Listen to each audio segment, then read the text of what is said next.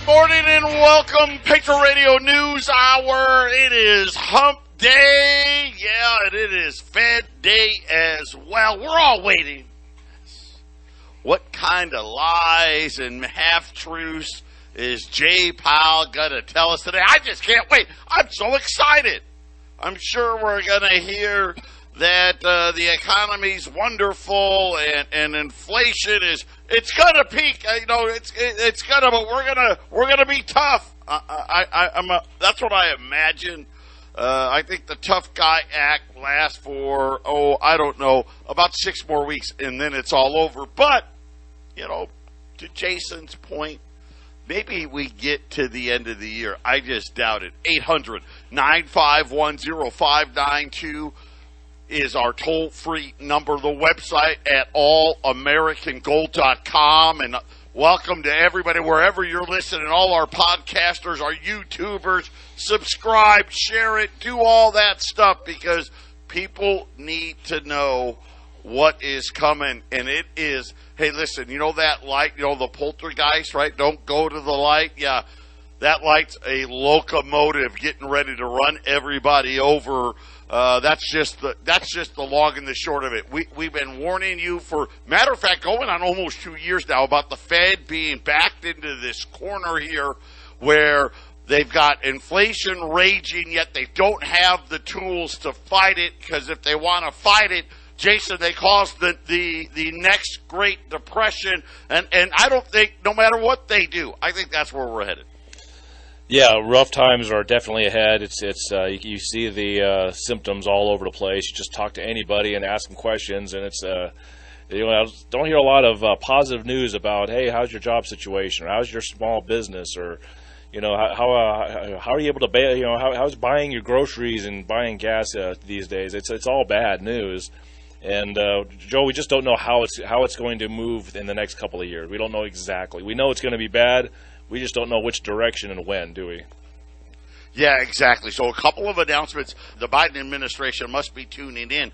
I warned everybody about the strategic oil reserve. Hey, listen, we're pulling 5 to 7 million barrels a week out of that puppy. That's supposed to end in September.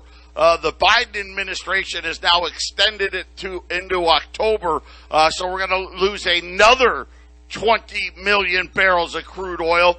But, Jason, we had oil inventory reports both from the government and private sectors, and guess what? Big drawdowns in crude, drawdowns in gasoline. Gasoline got a little cheaper, Jason. The demand picked up. Prices back on the rise. Just that simple.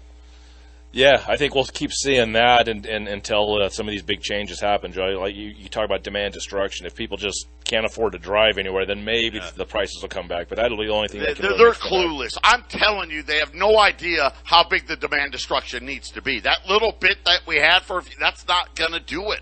And again, how much longer can we keep supplying this oil out of the strategic oil reserve? I mean, this was supposed to be like for war, right?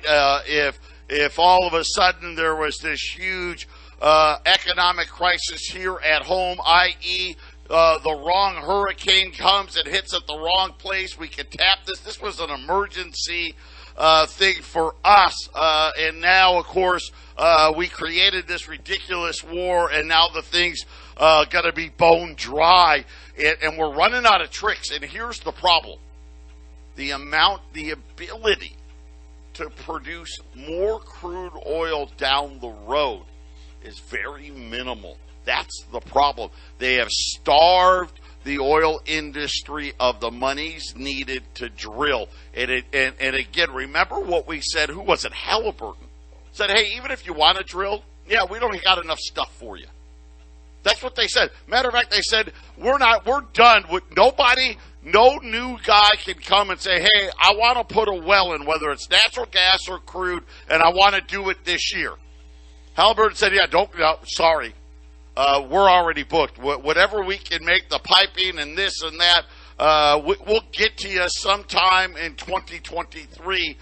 So this is why I said this problem is not going away. Oil prices are not going back down to $20, $30, $40 a barrel. It's not going to happen. We had earnings out from Microsoft. Google, a whole bunch of other, and all of them were bad. Microsoft missed top and bottom line. Google missed top and bottom line. Now they're up right now because they're still saying, you know what, we're going to make it up. We're going to make it up in the second half. Don't be fooled by any of it. But then big news. This is important news. So all that aside, by the way, Russia confirmed, Germany confirmed. The gas has absolutely been cut. And just immediately this morning, Germany's chemical giant BASF said that they plan to keep operating with skyrocketing natural gas prices, is now saying, you know what? No, we're not. It's costing too much money. Just now think about this. This one company, they said they had to spend 800 million euros more to keep its plants operating just in the second quarter. This recent new spike in natural gas prices now 10 times what they used to be. They are reducing production at all their facilities that require large volumes of natural gas, such as ammonia plants. And obviously, guys, what that means for all of us, that's fertilizer. Yeah. Hey, thought the fertilizer shortage in 2022 was bad. Wait till you see what happens in 2023. But don't worry, it's going to be fine, Jason. Economy's great. There's no inflation. We'll be right back. 800-951-0592. Listen, I'm just telling you right now, buy every ounce of gold you can. Buy every ounce of gold you possibly can. And with the rest of that money that you're not buying gold with, call my son and do it now. Because that's how long it takes to get ready. There's a big crash coming. Joey's number 602-909-9048. Let me explain. This is not just fertilizer that we're talking about here. Okay?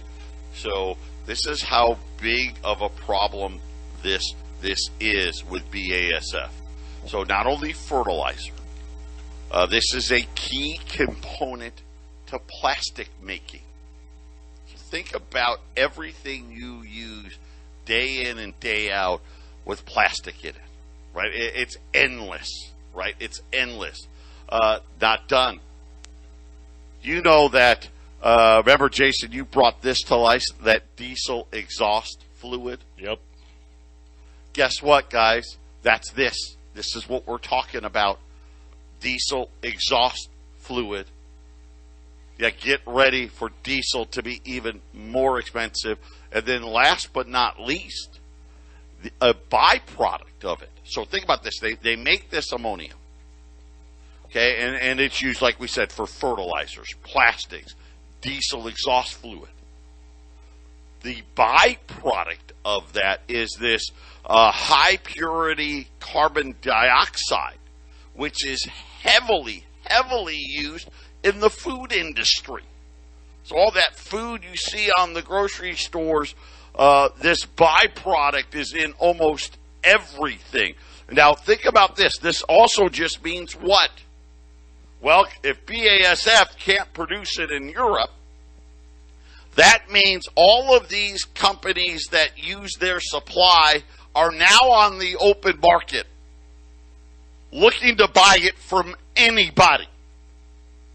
And what do you think suppliers are going to do? Oh, wait, you're going to pay how much? Oh, yeah, I'm going to sell it to you. Right? And again, this is going to keep driving prices so much higher. People have no idea of what really is coming. And the Fed is asleep. Wall Street's asleep. We've seen them sleep before. We saw it in 07. We saw it in 08. Heck, we saw it in 05 and 06. These guys are absolutely clueless. Whether it's on purpose or by design is irrelevant.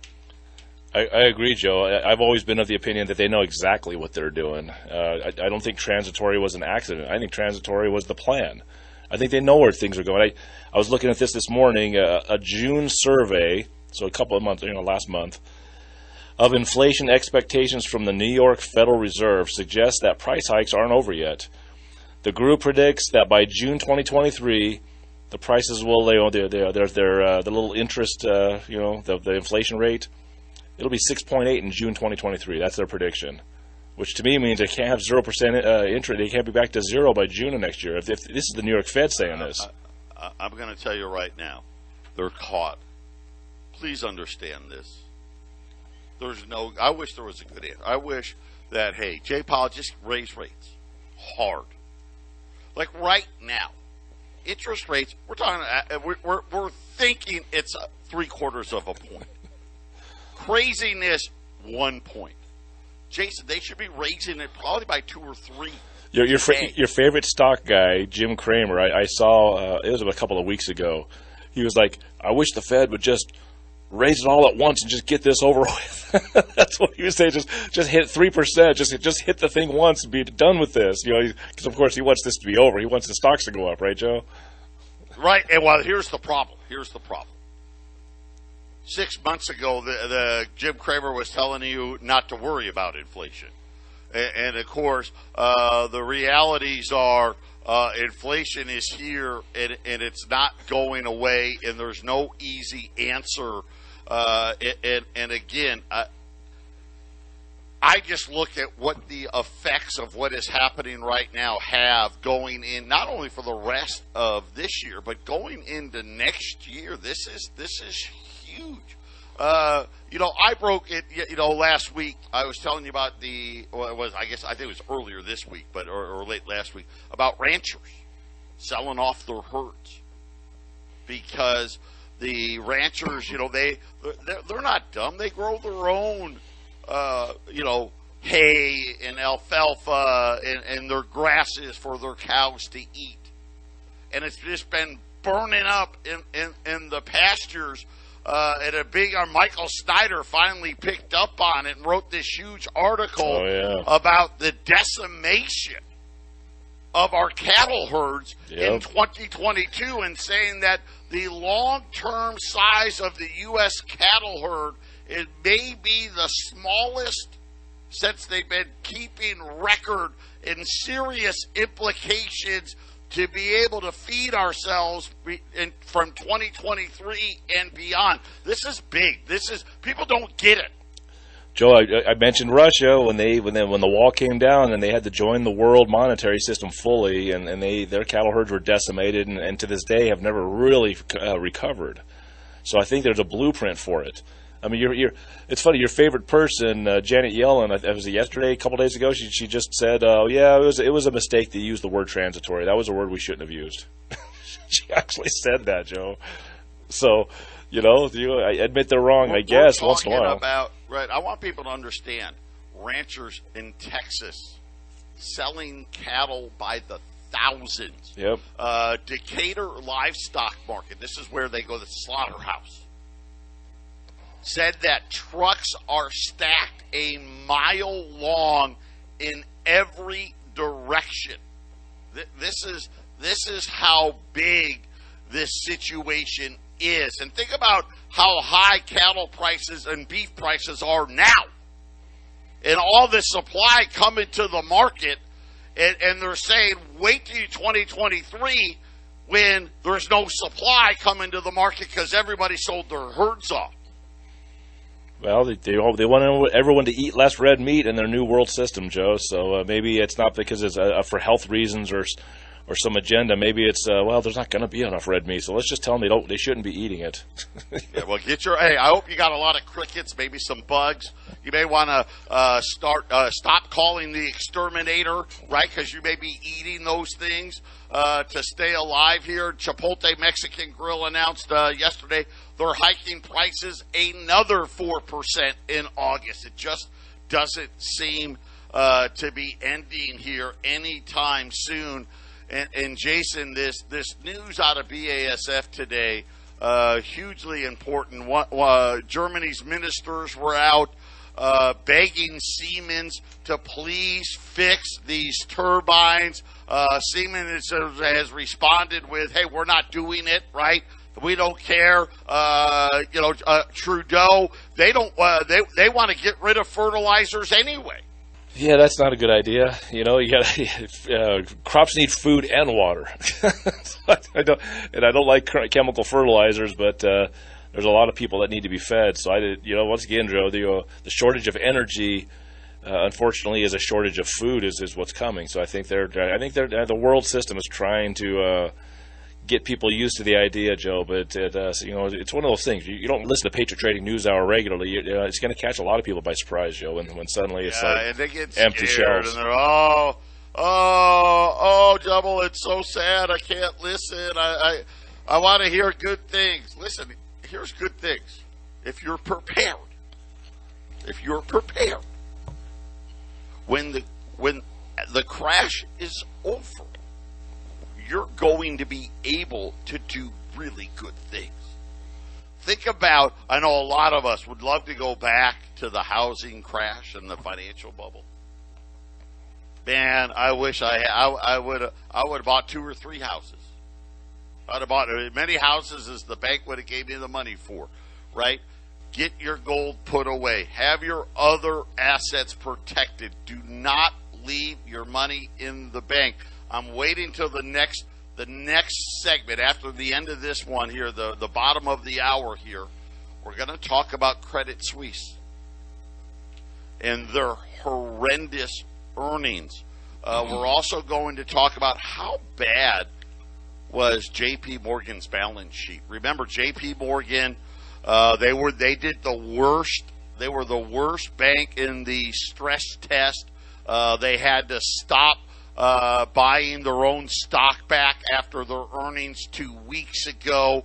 We're going to delve into that as well. I promise you this: the last place you want your money, you got to have enough money in the bank to pay your bills, but you don't want to be sitting there with hundreds of thousands of dollars in the bank because you're like, well, I don't know what else to do, right? I don't want to put it in the stock market because I think it's going to go down. That's why you call my son.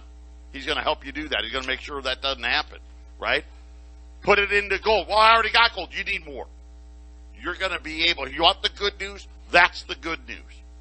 On the other side of this, if you've done the right thing now, you're going to be able to take advantage, Jason, because it's not like, listen, the world's not going to come to an end, I don't think. Right? I don't think. Right? After this crash, there's going to be opportunity. Yeah, it's interesting you say end of the world, Joe. Just as a side note, I did a little search. I searched one of these Google search engines, YouTube and whatnot. I searched "the world is not coming to an end." That's what I was looking for. I even put the search "not the world is not coming to an end." Not.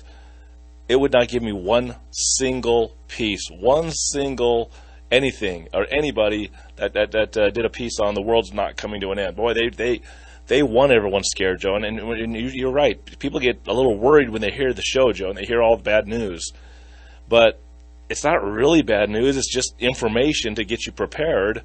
It's actually good news. You feel like, well, hey, I actually learned this stuff ahead of it. News. Everybody here should be thinking this is good news. At least I can prepare. The world is not coming to an end. It's not coming to an end. They're not talking about BASF on the stock channel this morning because they don't want to. They want to talk about Jay Powell and rate hikes. If the world is, here's the thing: if you're the Federal Reserve, if you're one of these power brokers, these big controllers, if the world's coming to an end, or they feed that information into the news cycle, and everybody's running around wondering when the world's going to end or when this is going to end. I always hear people, nothing really comes to an end, Joe. The business cycle is the business cycle. There's booms and there's busts, and those guys at the top benefit the most. We're going through a major one, and these guys are scrambling to keep control at the end of it. Yeah, it's going to be the biggest one in our lifetimes. Remember what the housing market guys just said. Think about what Polte just said. Hey, we're just going to stop building. We got to stop building. We got too many. Nobody wants them. BASF. Hey, you know what? We spent almost $1 billion extra dollars. And here's the problem. So this was second quarter. Right now, based on where the natural gas prices are in Europe today, it would cost them over $2 billion extra dollars. So that's why they came out and said, hey, we're just cutting back. We can't do it. We can't operate these plants and make money with the energy cost this high. Ranchers selling off herds by the thousands because they can't feed them, right? The corn crops and the soybean crops to be determined. Right now, things aren't looking so hot, right? Which means even more pressures. We're seeing countries and again, they're doing a great job. Like, they're not showing you what's happening in Panama. They're not showing you, they showed Sri Lanka for a little bit, but believe me, Lebanon right now back into another major crisis, just like we've warned about. How about this? Facebook employees are saying that they're getting ready for 10% of the company to be laid off. Microsoft, after their earnings last night, said we've stopped hiring, right? Jason, hello. Is anybody paying attention? 800-951-0592. 800-951-0592. Gold's unchanged, 17.18. We'll wait this afternoon. All prices are to be determined after the Fed announcement. The silver's actually up a little bit here, up about 5 cents, 18.55. But we need to talk banks. We need to talk banks. Credit Suisse came out today. Man, it was bad. They posted a net loss of almost $1.66 billion. The immediate resignation of their CEO. Credit Suisse says it's going to ramp up its efforts to overhaul the group's structure in the wake of mounting losses. And again, think about this. These losses aren't stopping. Look at what European companies are dealing with right now. There's speculation now that Credit Suisse may actually have to raise capital or sell itself in order to prevent a Lehman-type event. Of course, they were out on TV denying this. Remember, I'm going to go back to to Bear Stearns. 2 weeks before they went under, their CEO was on TV denying everything, telling us how great their balance sheet was. Listen, none of these banks' balance sheets are that good. None of them. Because they're all based on a lie. Right? They're all based on a lie that the Federal Reserve can somehow get inflation to come down by raising interest rates to 2 or 3%. That's not happening.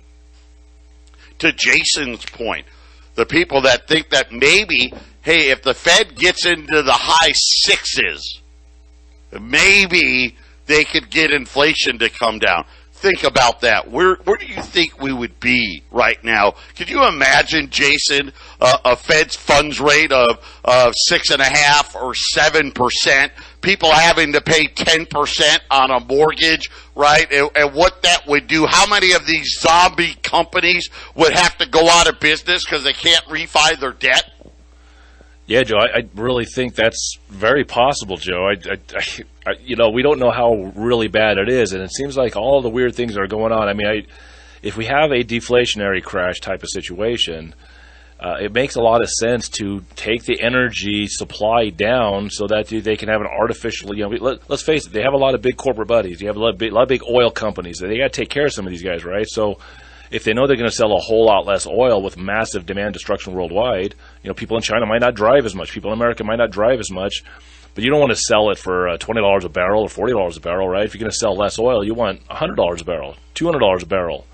So to me, Joe, it very likely could be that the supply of energy is being squeezed so that when they sell less of it, they still get a better profit, Joe. That's what it looks like. Yeah, but here's the problem. Eventually, to get to the demand destruction they need, you got to take companies out of, like BASF has to say, we can't operate. Now it's so high. Forget about paying $4, $5, $6, right? We cannot open the plant today because energy costs are so high.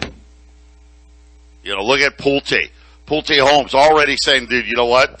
Dude, we're at 1.5%. Let me remind you, we're at 1.5% Fed funds rate. And Pulte Homes is saying, hey, everybody's canceling their contracts. Nobody's buying. We're going to stop building houses. That's what they said. What happens at 2, 3, 4%? How about this? J.P. Morgan. Talked about them earlier when they had earnings a few weeks ago. And Jamie Dimon came out on TV all upset, saying his bank's balance sheet is a fortress. Well, guess what? Freedom of Information Act request by Wall Street on Parade, the Martins. We got the stress test results. Let me break it down for you. J.P. Morgan now has $3.95 trillion in quote-unquote assets. I want to remind everybody, your $250,000 FDIC insurance, which basically is about as useful as the toilet paper used to wipe your backside. I think they've got like $130 billion total. J.P. Morgan got $3.95 trillion in assets, most of those being what? i.e. deposits. Secondly, they have derivatives on their balance sheet of almost, I think 55 or 60 trillion. So let's add it all together, somewhere between 60 and 65 trillion dollars. By the way, that's 65% higher than at the end of 2016. Like I said, they've made these banks more dangerous, making the situation even worse. The Martin said that the bank has already admitted to 5 criminal felony counts over the last 8 years. Guess what Jamie Dimon got for that? Oh, he got a $50 million bonus. Yeah, congratulations. Oh, were you ripping people off, committing felonies? Oh, congratulations. Right? The National Information Center. This is a repository of bank data at the Federal Reserve. The Federal Financial Institutes Examination Council, if you can say that all together. It was created by federal legislation to get uniformity in bank reporting. So, hey, you guys are using all this different terminology. Bank of America uses this. Wells Fargo uses that. J.P. Morgan uses something else. Credit Suisse calls it something else. Everyone's got to call everything the same thing. That's what that means. In that data, each year, banks have to provide, there's 12 categories of systemic risk. Okay? It's called the Systemic Risk Report. It's an FRY-15. That is the form that these banks are required to fill out, notifying the Federal Reserve of their systemic risk. Now, I think that shouldn't the Federal Reserve know that without these reports? And of course, why would the banks be allowed to create their own reports, right? But, hey, whatever. Having said that, of these 12 categories, J.P. Morgan ranks as the most riskiest bank in 8 of the 12 different categories, Jason. 8 of the 12, including all of the categories that led to the financial crisis. Yeah, well, look at that. I mean, what else? What else is there, Joe? I mean, I'm looking at what you're saying, and I'm just, I'm looking at my own stuff, trying to back up what you're saying. It's like it all just leads to the same place. Sometimes it feels like we're beating a drum too hard, but sometimes it seems like we're not beating it loud enough, I guess, right, Joe? So sometimes you get both feelings, don't you? Yeah, Credit Suisse was freaking out about a $1.6 billion loss. J.P. Morgan's got hundreds of billions in losses. 800-951-0592, Patriot Radio News Hour. Bonds are down today. I can't. Wow. I mean, they're going to. Everybody knows they're raising. 2 877. So, Jason, it has hardly moved since we had that huge flood of people trying to find protection from what they think is coming, and that continues. But we're talking about bank risk. Credit Suisse lost $1.6 billion, and now they're saying, hey, they're denying it, but reporters, financial analysts are saying that Credit Suisse either needs to raise capital or get bought out or get gobbled up. Their balance sheet isn't strong enough to take it. And right now I'm reading from Wall Street on Parade, the Martins, and we have the results of the stress test of J.P. Morgan. Now, a couple of things I want to point out because of this risk. And it's important. You need to understand why it is. I'm telling you, don't have that money in the bank. It's risky. This is why Apple and Microsoft, they don't leave their money in the bank. They're not dumb. That's risky. Let me explain to you. Dodd-Frank, that great piece of legislation, by the way, the only thing great about it was it put all the onus on the depositors. That's what it did. You guys will remember the over-the-counter derivatives. That's what blew up the market, right? When one of the banks was running out of liquidity, nobody would loan the bank any money, so the bank said, okay, we're going to sell some of these derivatives that never trade. And then they found out they were only worth 50 cents on. And all of a sudden, that made Lehman Brothers insolvent. That made Bear Stearns insolvent.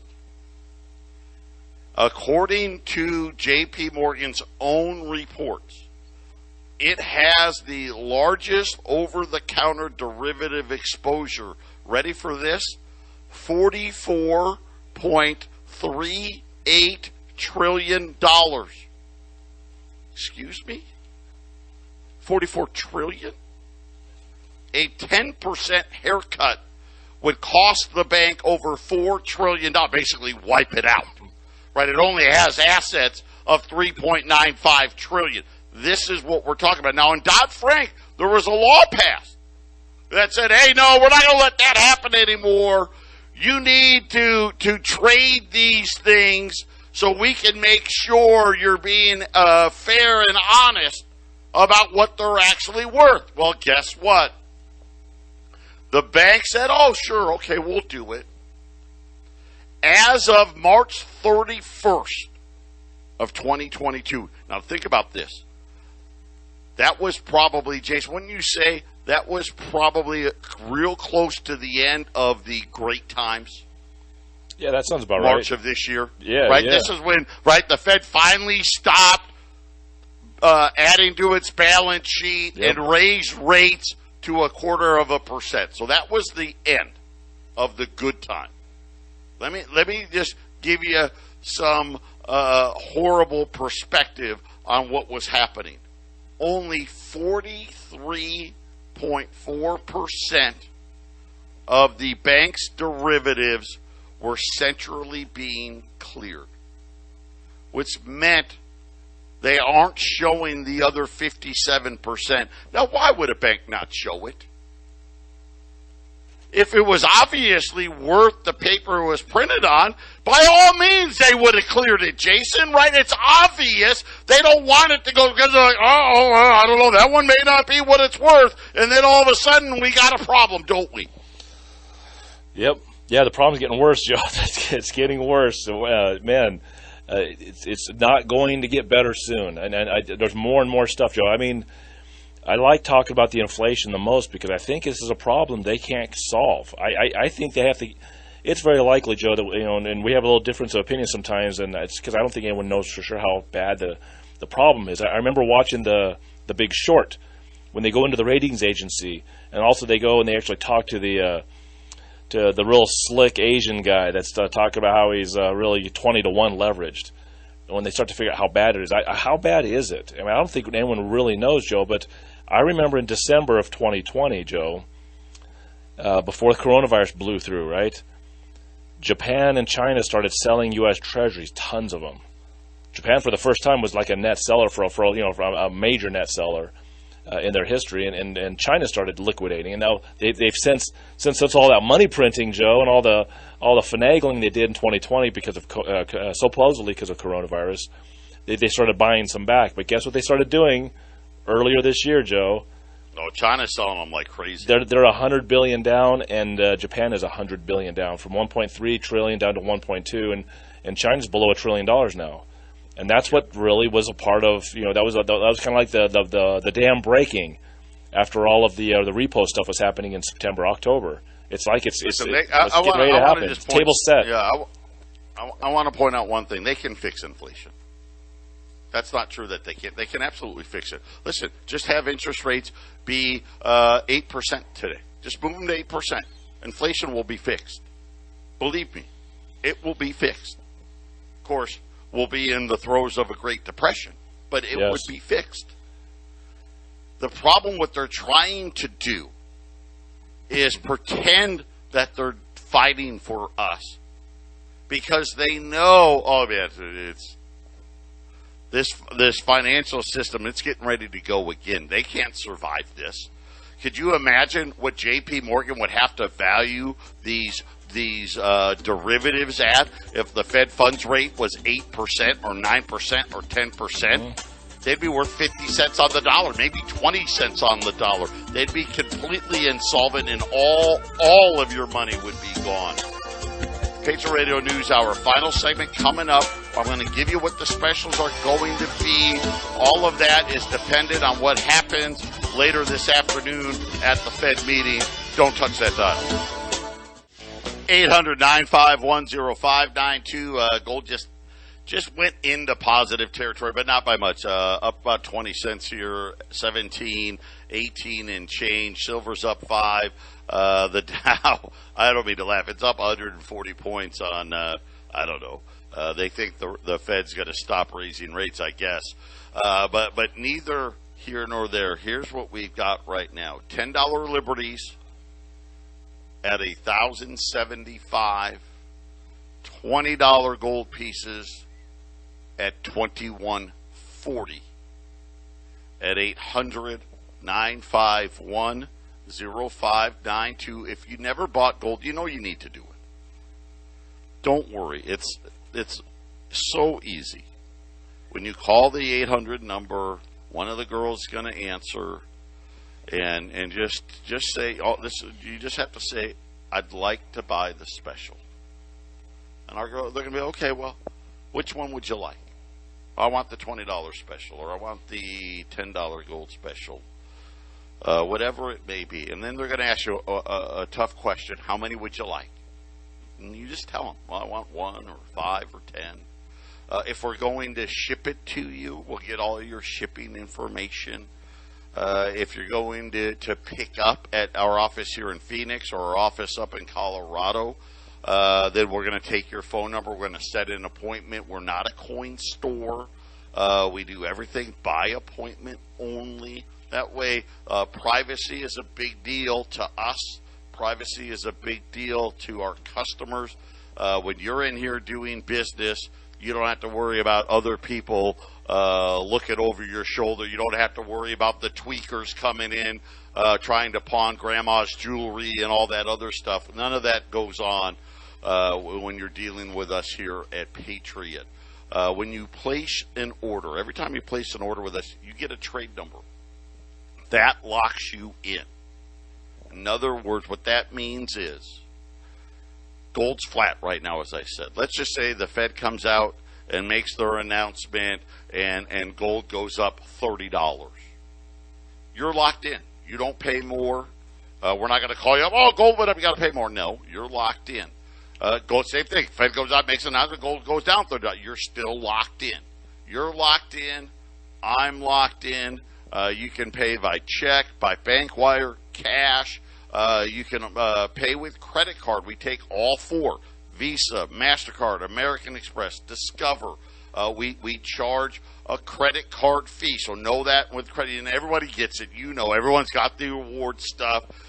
Credit card companies add that to us. We pass that on.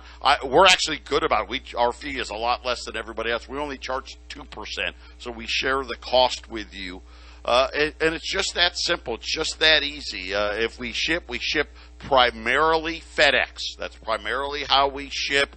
Large, heavy quantities of silver we may ship through UPS. For those of you that want it, we also can ship U.S. Postal Service. We just don't do that a lot because, well, FedEx and UPS are just better, Jason. That's right. Yeah, and be patient if you have shipping. Sometimes the shipping doesn't get there quite as fast as we'd like it. All kinds of things going on there, but we have a stellar record of getting it there, Joe. It's rare when it doesn't. And again, we products are there. If it's going to be longer than 4 or 5 days, we'll tell you that right up front. But normally, it goes very, very quickly. 800-951-0592. $20 gold pieces at $21.40. $10 pieces at $1,075. That's the 1 ounce and the half ounce coins. God bless you. Patriot Radio News Hour.